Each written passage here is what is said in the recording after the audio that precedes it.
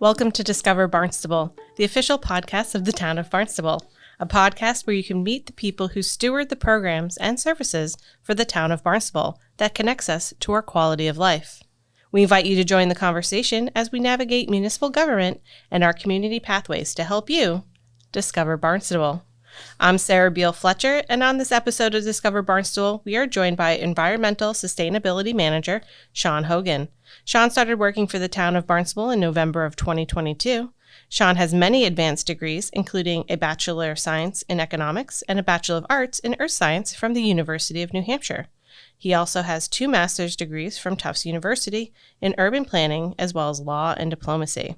When Sean is joking with his friends, he likes to say that his job is to help keep Barnstable from sliding into the Atlantic. Officially, Sean's job is to help make sure the town's climate, energy, environmental initiatives don't fall between the cracks. Climate change will bring many challenges. He hopes to help the town stay on top of them as best he can. Sean, thank you so much for joining us today. Yeah, hi. So you've only been with the town for about a year now. Yeah, almost. So I'm excited to have you on to talk about everything you do with environmental and sustainability for the town. I'm excited I made it this far. So the first topic we're going to dive right into is solar. You've been working to bring more solar to the middle school and the high school. I know that it's been slow going, but you have proposals, and now is a great time to invest because the subsidy is available. So can you talk a little bit about solar in the town? Yeah, I mean, you're right. It is a very good time to be investing in solar because the feds have recently expanded the tax credits to be usable by nonprofit entities and governments, which is pretty exciting. It's so new that when I bring them up with finance people, all they say is, "We don't pay taxes, Sean. This doesn't work." Right. And in their defense, I don't think the feds have figured out all the details about how it works yet, but the money is coming, and depending on how you structure the solar project and what kind of labor you use, you can get a very substantial chunk of it refunded to you from the feds. That's great. So would that be for new solar? Oh yeah, it has to be for new construction. Okay, because I know we have some solar right now. We have some at the Barnstable Adult Community Center. Yeah, talk about where they are right now. It'd be super exciting to go back in time and be like, money, please. We already did it. Yep. Exactly. Help us out. Exactly. So right now we have a really large solar array at the transfer station, the dump, and the high school has a substantial solar array, which unfortunately has become seagull condos. So we're trying to avoid that going forward for the next iteration, live and learn. Yep. The adult community center has a moderately sized ground mounted solar, and the airport has a vast array just because they have some nice open space. It's just perfect for it. But going forward, we have a number of sites we're looking at. The middle school has a really large roof that's just kind of perfect for solar, and so we've got some bids and some designs out for solar on the middle school, or the intermediate school, I think, as it's called. School, yeah. I'm sorry, Barnstable, I'm a newbie, so to me it's just a middle school. But the trick with that one is that the roof has to be replaced before you put the solar on, and so it adds a layer of complexity to it, but it's hard to leave so much money on the table, both in terms of the refund that you can get and also in terms of just the electric bill. Right. Because the Barnstable school system uses a lot of electricity. Not to blame them. I mean, they're doing great work, but such a big building is an energy hog. Oh yeah, definitely. And we'd like to offset that as much as possible. Definitely. That's great. Yeah, the intermediate school is definitely, I can see that because it's a large school. It's only 2 floors, but it's also very spread out the way it's kind of laid out. So that makes sense. Yeah, and it's also the emergency shelter. And so like in my wildest fantasies, we'll get solar on there and also a battery backup.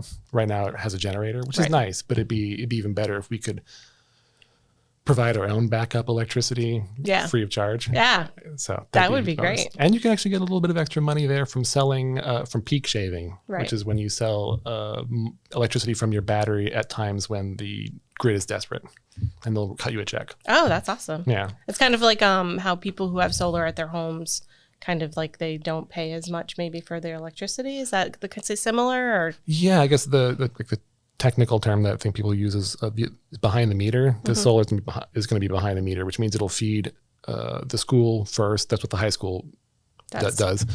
And then we take whatever else is needed from the grid. It's preferred because if you have solar that's exporting to the grid, then the grid needs to increase its capacity to receive it. And that's a whole thing with Eversource. And so for safety reasons, even they'll want to make sure that during a power outage that the solar isn't putting live electricity into the wires that people might be repairing. Right. Makes sense. Yeah. So another project that you're working on within the last year since you've been here is an energy audit within the town. Oh my God. Yeah. So let's talk about that. It's funny that you want to raise like maybe my most boring activity. I know, but it's important to find out kind of, because I know there's a lot of pieces to it and kind of tracking things down and figuring out where things go and who pays what and who does what. And yeah, that's been like a little bit of a journey for me. When I started it, my boss said, this is important, but no one's ever going to know you did it and no one's going to care. So you heard it here, Barnstable. No. But yeah, we have many accounts. When I came in, I was very naive and I thought, oh, this won't be a big deal. I'll just reach out to Eversource and they'll give me a list. And so I called them and they laughed. Like literally there was laughter on the phone. They're like, get this. There's just so many accounts and each department handles their accounts the way they want to handle it. They keep records in their own Excel spreadsheets and they have their own systems for doing it. And so it's taken a while to like get it all in one space and start to rationalize it. The town uses something called Mass Energy Insight to track its electricity, like officially. And it's a requirement for green communities, which we aren't a part of, but if we ever want to join, we'll have to use it. And so I've been trying to clear the accounts in Mass Energy Insight and make sure that they're up to date. And I've found a lot of dead accounts, a lot of accounts that have bad addresses on them. I remember once driving around town looking for this rogue electrical account that no one knew the address to. And I was so proud of myself when I found it in Barnstable Village. I was like, that was my accomplishment for the week. Right. But it's a lot. There's a lot of town buildings, a lot of town offices, a lot of town-owned properties. So figuring out where all those accounts go and what they do. I mean, I know it's, for people might think it's kind of boring, but it's important to know and make sure we're not overpaying or underpaying or not paying. Yeah. If you can't measure it, you can't improve it. Right. You want to improve energy efficiency, get a good handle on where we can save money, where solar might be viable. And if you have no idea what the accounts are, what you're bleeding, you can't stop it. Right. I know another project that you've been working on and sort of completed, and it wasn't on my notes for today, but I'm going to throw it at you anyways because I know you've been working on it. Is the gotcha journalism. Is the updates to the charging stations here in the town hall parking lot for electric vehicles? Yeah. Okay. We recently, when I came here, we had 3 dual port chargers that were about 10 years old and they were kind of past their expiration date. It's funny, I've kind of become like in town, at least in town hall, the EV guy. But before coming here, I don't drive an EV. I knew nothing about them. David was just like, we have some chargers, figure them out. Right. So I read everything I could about them. And keeping these working was becoming kind of risky. Electricians kind of side-eyed them. And so we applied for a Mass EVIP grant and got that to replace them with some brand new ones. I chose Juice Bar because they were the second lowest bid, but also the most responsive. And I talked to a few other towns and said that they had lasted them a long time. And so it seemed like cost benefit wise, it seemed like the best choice. I'm a little bit proud that I kept the old ones going as long as I did. You can thank the transportation center. Thank you. They gave us they had our same model that they'd junked and they gave it to us for parts. And we used that to patch the old ones together for a few more months while we waited for the new ones to come in. That's awesome. Yeah. That's a great partnership. Yeah, it was. I felt like a pirate when I was over there with the electrician just sort of stealing their stuff. Right.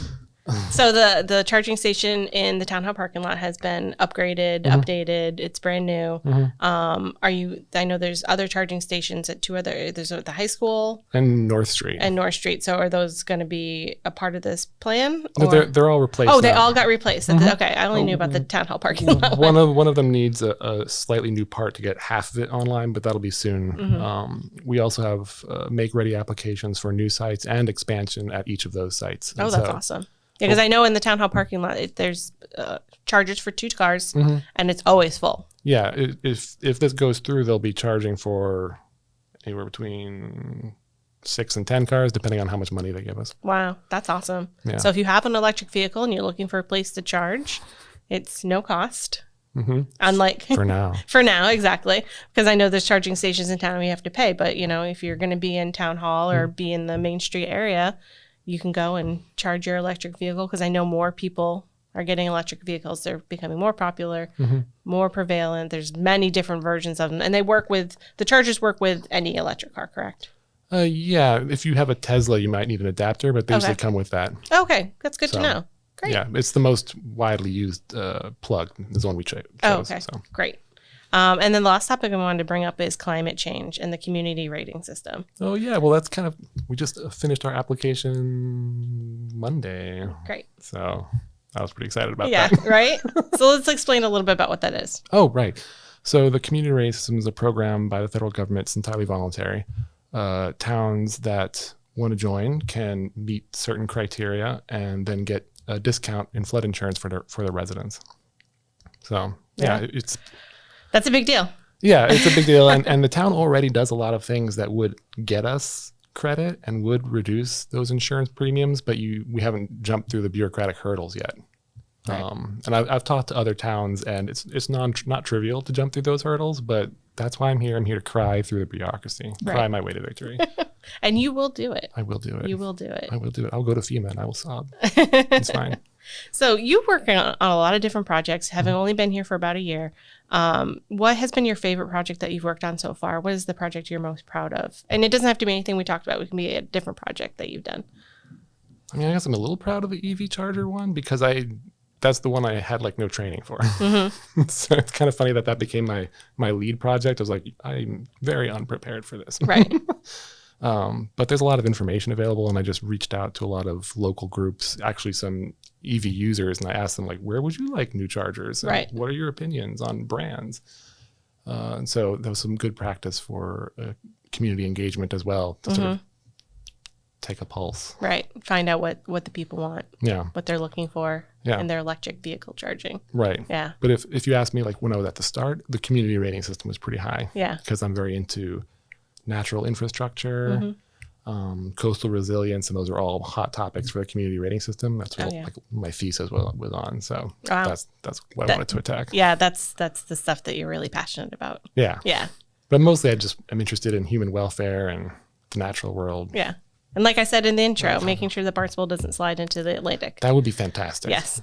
That'd be fantastic. Yeah, over the past century that we've already experienced not quite a foot, but almost a sea level rise. And I don't know how many people know this, but the East Coast is actually sinking as well a little bit. So you got some rising seas and some sinking land as a recipe for awkwardness, complications. Yeah. And that's why the town, thought it was important to hire someone who does what you do, an environmental sustainability manager. Oh, yeah. I do what I can. Yes. So I'm just going to end with our bonus question. I gave you a little heads up. If you looked at the top of your Spotify playlist or whatever, however you listen to music, what is the top of your list right now? What are you listening to? I guess this morning it was Decemberists. They snuck up on my bluegrass Spotify list. I listen to bluegrass when I'm feeling aggressive and accomplished. Nice. And EDM, like electric dance music, when I'm feeling winsome and thoughtful. Nice. I love it. I love this question because it's you kind of get to know a little nugget about someone that maybe you wouldn't have expected. I don't know if I would expect you to say bluegrass or EDM.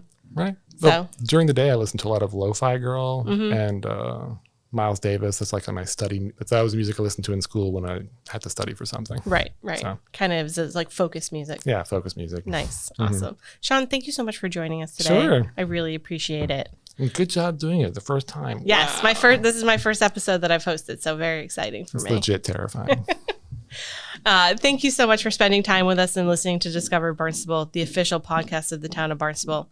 We hope you found a new understanding of how your municipal government works for you and our community.